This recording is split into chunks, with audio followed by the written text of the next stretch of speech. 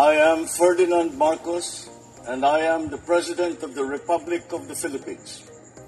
I stand today on behalf of 110 million Filipinos.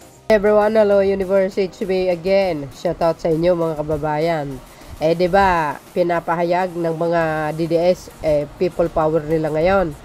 Papatalsigin si Pangulong Marcos Jr. Natatawa talaga ako sa mga DDS. Atat na atat Nakita nyo yan? Ang dami Tapos di ba nanawagan din si Kiko Barsaga Katok. Natatawa ako talaga sa kanila inaasar ko talaga sila sa sa mga comment section na people power daw, ha? Ito madalas natin tinatanong, sino ipapalit nyo? Si Sara, hindi nga normal ang utak niya Papalit nyo? Wala namang kaalam-alam, di kayo naloka. Shoutout sa mga Marcos Loyalist supporters, Filipino and OFW. Ito i-updates ko lang sa inyo. Kasi 'di ba, ako kanina pa ako nag-aabang ng umaga actually. Sabi ko hinahintay ko madaling araw Alas 6. Hinanap ko yung mga nag-people power. Wala. Natatawa ako talaga. Ay, nakaw, shoutout sa mga nag-people power. Wala naman problema sa people power. Ang problema, ang people ang wala. Pero ang power, wala talaga. Ang nangyayari, kilikili power. Today is October 12, 2025. Ngayon, after a day, makikita na naman natin mga kababayan. Mag-a-announce na naman sila ng people power. Ay, ayan sila I'm not a Filipino. I'm not a Filipino for nothing. Kaso ang problema, nothing na natin. Ay, kung ang sinisigaw nyo, yung pang sariling interest ni Sara Duterte, talaga nga walang mangyayari sa bayan natin, we are Filipino. We lost everything. Pag si Sara ang nakaupo, anong asahan nyo kay Sara naman? Hindi nga normal ang utak sabi ko, lack of experience, lack of knowledge, nakalak lahat mga bes. Kaya ang datingan sa akin, sa tingin ko sa kanya parang bumabatak siya laging naka-high. Bakit nasabi ko yun? Yung mga pinagsasabi niya, walang kakwenta-kwenta. Oo, parang naglalakad siya sa kadiliman Biro nyo yun. Ayan wow, grabe. Kaya nga, hinahanap natin kung saan na saan na po ang mga nagpi-people power, di kayo naloka. Ay, nako. Sabi dito, mga besa. Ayan, DCRH. Look, United People's Initiative nagsagawa ng kilos protesta sa Raha Sulaiman Park sa Rojas Boulevard, Manila laban sa administrasyon ni Pangulong Ferdinand R. Marcos Jr. Ano bang problema nyo kay PBBM? Anong kasalanan niya sa inyo? Ilatag nyo nga para malaman ng sambayan ng Pilipino. Wala namang kasalanan ng Pangulo. Nagtatrabaho nga siya nakikita nyo ba sa barn? Kung gaano kaganda ang ngayon ng barn, nagkakaroon po ng pagkakitaan ng mga bandidong MNLF. Yes, ang mga bandidong Muslim dati, nagbalik loob dahil kay Pangulong Marcos Jr. Sus!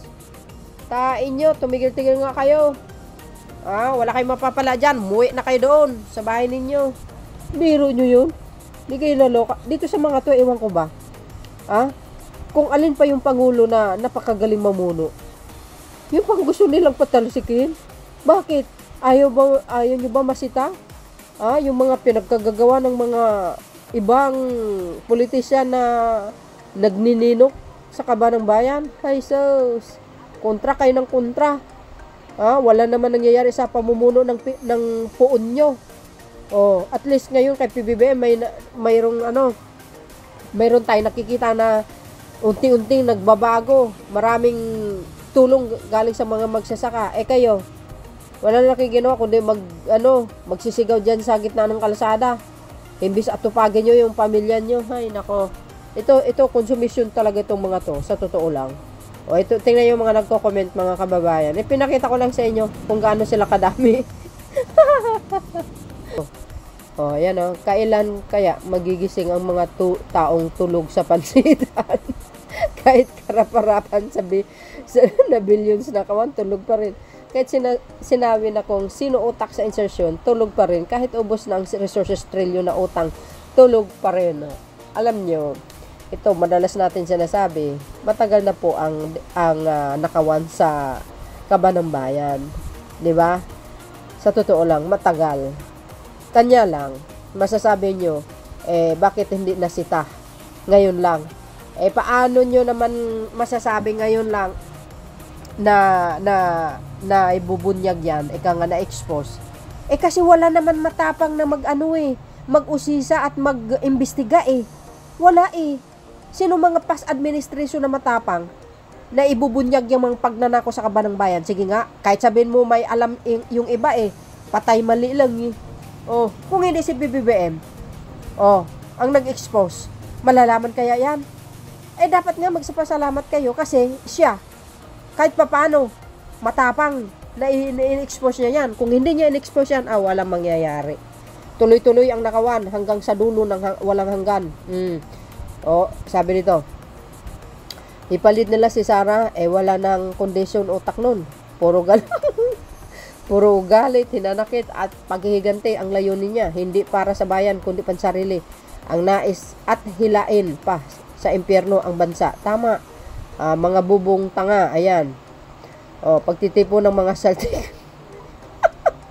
Mga sayad at may bayad. Yes, karamihan naman Ayos yan, manggulo kayo dahil sa inyo. Pag nagmarsalo, huwag kayong manisi sa amin, mga baliw. Yan ang problema Pag ikinasa mo ang marsyalo dahil sa panggugulo tong mga to, sasabihin na kasalanan ng Marcos Jr. Di ba? Kasalanan nila, isisisi nila kay Pangulo. Anong gawin nyo? Anong gusto nyo gawin? Pabayaan na lang kayo na manggugulo? Hindi pwede. May kapangyarihan ng Pangulo para i-implement ang marsyalo pag tudo-tudo yung panggugulo nyo. Mas maganda nga yun para peacefully. At para focus na lang sa trabaho ng mga tao. Wala naman ibang nanggugulo kundi mga Duterte at mga DDS. Mayroon pa ba? Ewan ko. Ayun, yung mga makibaka. Ayun, dekada na talaga yan. Hindi talaga humihinto kahit sinong presidente. Hirap talaga magprotesta, yung sisigaw-sigaw ka, tas pagod at gutom, tapos uuwi kayong presidente pa din si BBM. I know the place. It's small, but the crowd are even smaller. Ay, kaloka ka. Magkano bigayan? Malaki yan. May pinanser sila Pag lumindol, maghihiwalay-hiwalay din ang sure yan. Galit sila sa flood control anomalies, pero simula 2022 hanggang 2025 lang. Di ba, mga kababayan? Galit sila. 2022. Siyempre, nasita po yan ng Pangulo. Dahil, siya kumbaga nagtataka na siya, bakit nga ba palaging baha? Ano bang problema? Kaya nag-imbestiga ang Pangulo. Kaya nung kanyang suna, boom, panis. Kayong lahat. Di ba? Na-expose niya. Ang daming nataranta kaya. Nga kayo. Di ba? Namihasa sila sa pagnanakaw sa mga past administration. Ang akala nila walang sumita. Binabayaan sila walang sumita Pero malas nyo dahil Marcos ang nakaupo. Ngayon, nga kayo. Nagkanda aligaga kayo maaga pa naman, baka mamaya pa magsisimula ng magsilabasan ng yung 31 million. Loko isa ako doon. Walang kakwenta-kwenta yan. Ba't ako magrarally laban sa Pangulo? Anong problema? Ang Pangulo napakagaling, matalino, daming gawa. na nakikinabang ang mamayang Pilipino. May mga bayad, sure yan. Ay, sure. Walang ano yan. Talagang sure na sure yan, mga kababayan. So, ito pa, sabi ni Robert TV, mga pro Duterte. Mga pro Duterte nagsisigawan. Mga pro Duterte nagsagawa ng rally sa Raha Sulaiman, Manila Bay. Ang sigaw, BBM resign. Sino ang papalit? Pag nag-resign si BBM, yung baliw. Ay. Grabe, ang dami mga bis. Ala, sosyalin, ang dami. Punong-puno. Diba? Ang dami pang ilang panawagan nyo People Powers Rally? Pang ilan na yan? Pang 6? Sigurado mayroon na naman sila. may schedule na naman sila, mga kababayan. Mga dutayan kasi nakaitim. May itim kasi mga budhi niyan eh. So, yun mga bes. Ito pa. Sabi ni Kiko Barsaga na katok. Tingnan niyo. Walang ibang magagawa si Marcos kundi magdeklara ng martial law bukas. Umanda kayo, agay. Kiko? Sobrang matindi ang katok nito mga bes. Mangyayari yan pag patuloy ang panggugulo ng mga dutae. Maniwala kayo. Ito pa. Nakita nyo yan. si Kiko Barsaga katok. Bakit kanyo? Diba sabi niya, pupunta daw sa ng Forbes Park. Sabi niya dito, natatawa talaga ako kay Kiko Barsaga katok. Kaya Congressman Kiko Barsaga, bigong makapasok sa Forbes Park, matapos hindi papasukin ng security. Nagsasabing subdivision, di kayo naloka. Ayan siya, nakaupo, naghihintay. Hey, alam niyo, sino ba nanay nito? Bakit hindi niyo patingin nito, parang kawawa siya tingnan eh.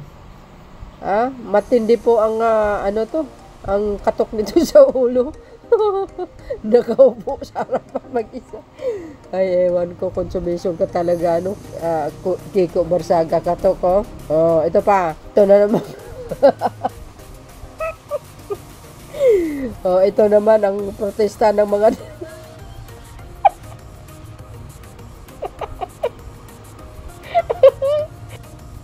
ay, nako. Maawa na kayo sa sarili nyo. Ayan, protesta ng Dilaw, pinamumulaan ng apo ni Kurikong. Correct me if I'm wrong. Ito, sabi nito, mga kababayan. Sabi niya, tuloy ang mga kilos protesta laban sa katiwalian sa mga flood control project hanggang hindi kontento ang publiko sa investigasyon ayon kay Tindig Pilipinas Co-Conventor Kiko Aquino itong linggo. Ayan, hindi natin basahan mahaba. Ito, okay. Ang kanilang protesta naman is tungkol sa flood control, hindi naman sa pagpapatalsik sa Pangulo. Di ba, mahiya-hiya naman kayo sa mga panawagan nyo. Naku po. Ayan investigation sa flood control. Yes, hindi na kayo kailangan magprotesta kasi gumawa na ng Pangulo ng paraan. Ginagawa niya ng solusyon para mapanagot ang mga nagnanakaw. Kayo naman, magpahinga kayo at mag-aral na lang kayo. Ayan naman ang kanilang protesta. Pero hanggang dyan na lang, no? Yan ang kulay nila kulay itim. Hindi, kulay dilaw. Protesta tuloy hanggat di kontento publiko sa flood control probe. Sabi ni Kiko. Wag na Kiko din ang pangalan nito. Wala naman siguro katok ito, So, dahil dyan, mga bes, sa kanilang protesta naman, okay naman yan. Panawagan sa publiko not to oust the president. Kasi, ay nako, kakahiya naman. Ang galing-galing ang mamunong Pangulo, siya po ang nag-expose niyan, kaya kayo nandyan ngayon. Nagrarally. In-expose niya yan Pasalamat na lang po kayo kay PBBM dahil kung hindi siya, hindi ma-expose lahat yan. Although maraming galit kay Pangulo dahil matatamaan talagang dapat matamaan. Lalo't yung bagong ombudsman niya, ay naku po, patay tayo dito. Asahan niyo po ang paninira sa Marcos administration at kaya Ombudsman Remulla. Maniwala kayo. So yun nga mga kababayan, ang mga protesta ng ating mga kababayan. Yung isa naman, BBM resign. Ito naman, mapanagot yung mga pagnanakaw. Ito pa. So, ito, rally ng mga Duterte. Yung pinakita natin ulit kanina. Naku po, hanggang ganyan na lang kayo. Hindi kayo magtatagumpay. Sa totoo lang. Hindi, real talk po tayo. Kaya wag na kayo magsasayang ng mga oras nyo. Kawawa yung mga pamilya nyo. Maghintay na lang kayo sa eleksyon. Huwag kayong atat na atat. Walang mangyari sa'yo. So, yung yan. Mga rally pa.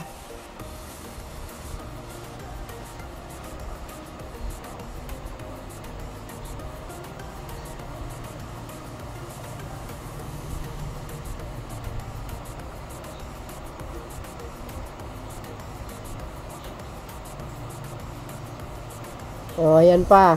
Rally ng mga DDS. Ayan Jesus Maria Joseph. Ayan. Ay, naku, ang dami nyo 32 million ba yan? Nakita nyo yan mga kababayan. Sinama ko dito sa video ko na ito. Tingnan nyo si Kiko versus Paulo Marcolita versus Inday Sayad. Agay. Tingnan. Mga katok ang loko. Grabe si Kiko. Tingnan nyo si Kiko, katok, sumayaw. Gigil na gigil. Ito si Marcolita. Nako, pag kunting talon niya yun, sigurado matanggal yung wig. Ay, nako, naloka ako sa mga to. Gigil na gigil, Hindi mo alam kung anong style sayo ni Keiko. Ito pa. Tingnan yung mga nagko-komenta. May tama kata sa confirm. Certified Sayad. Naku po. Team Sayad. Singing the song of her life with her favorite backup dancer. Group name, The Psychos. Oh my goodness. Team Sisa with the Crispin and Basilio. Tama ka na. May tama ka. Kaya mga nagko-comment.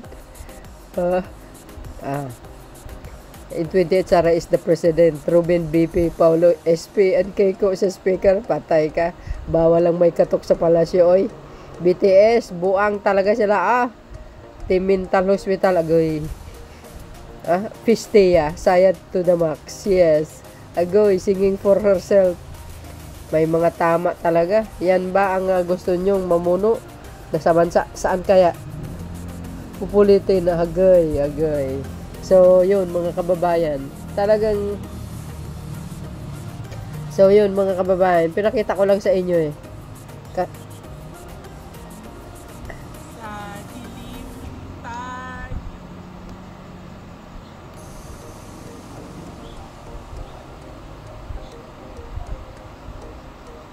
So, yun mga kababayan, pinakita ko lang sa inyo. Kakaiba ang ang mundo ngayon. Nako po, matindi. Thank you guys for watching. See you again on my next upload. Bye bye bye and babuhos. God bless Philippines.